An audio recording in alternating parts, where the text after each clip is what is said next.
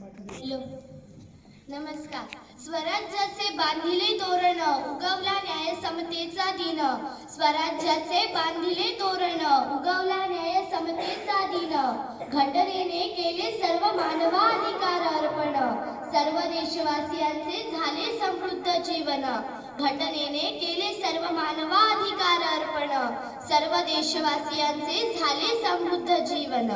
देशसेवेसाठी चंदनासम झिजणाऱ्या, देशसेवेसाठी चंदनासम झिजणाऱ्या थोर हुतात्म्यांचे स्मरण करूया।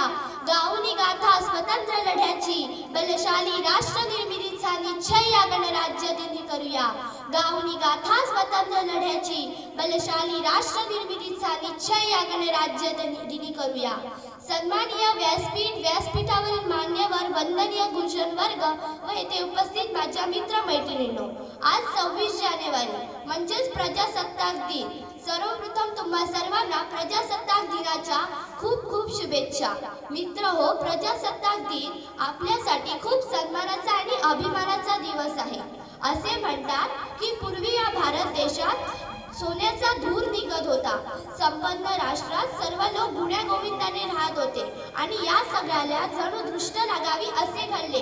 सत्ता आणि संपत्तीच्या हव्यासाने पछाडलेल्या या इंग्रजांची नजर या भूमीवर पडली। व्यापारी म्हणून आलेले हे इंग्रज या देशाचे राज्यकर्ते बनले।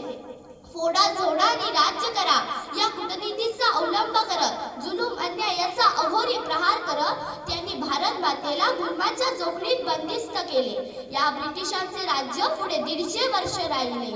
मायभूमीला या जोखडीतून मुक्त करण्यासाठी अनेक भूमिपुत्र बंड करू लागले, इंग्रजांविरुद्ध उठाव करू लागले। स्वराज्याच्या कामी अनेकांनी घरदारावर तुळशी पत्र ठेवले। वासुदेव फडके, राजगुरू भगतसिंग, चंद्रशेखर आझाद यांसारख्या थोर वीरांनी हुतात्मे पत्करले। टिकांच्या सिंह गर्जनेने इंग्रजांना धडकी भरू लागली। महात्मा गांधीजींनी दाखवलेल्या मार्गावर सारा देश एकत्र येऊन इंग्रजांना चले जाव म्हणून धिक्कारू लागला। स्वातंत्र्यवीर सावरकर, नेताजी सुभाषचंद्र बोस यांसारख्या वीरांनी स्वातंत्र्य लढ्याची मोहीम अट्टेपार पोहोचवली। सरतेशेवटी सत्याचा विजय झाला। सर्वांच्या त्याग बलिदानातून स्वराज्याचा अरुणोदय झाला। 15 ऑगस्ट 1947 रोजी भारताचा स्वतंत्र राष्ट्र म्हणून जणू पुनर्जन्मच झाला। अनेक वर्ष अन्यायात खितपत पडलेल्या या भारतीयांना न्याय, स्वातंत्र्य, शिवाय समता, बंधुता आणि लोकशाहीचे बीजारोपण करणारी घटना स्थापन करण्याचे ठरले। घटना समिती स्थापन करण्यात आली। या घटना समितीने सर्व भारतीयांना उद्धार होईल, सर्व राष्ट्राला नवसंजीवनी मिळेल अशी राज्यघटना करण्याचे ठरले। 26 जानेवारी 1950 रोजी आपल्या स्वतंत्र भारताची राज्यघटना अंमलात आली आणि त्या दिवसापासून आपला भारत देश लोकशाहीने नांदू लागला।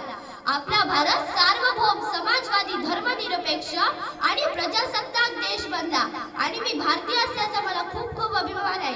आणि एवढे बोलून मी माझे 2 शब्द संपवते। जय हिंद, जय महाराष्ट्र। धन्यवाद।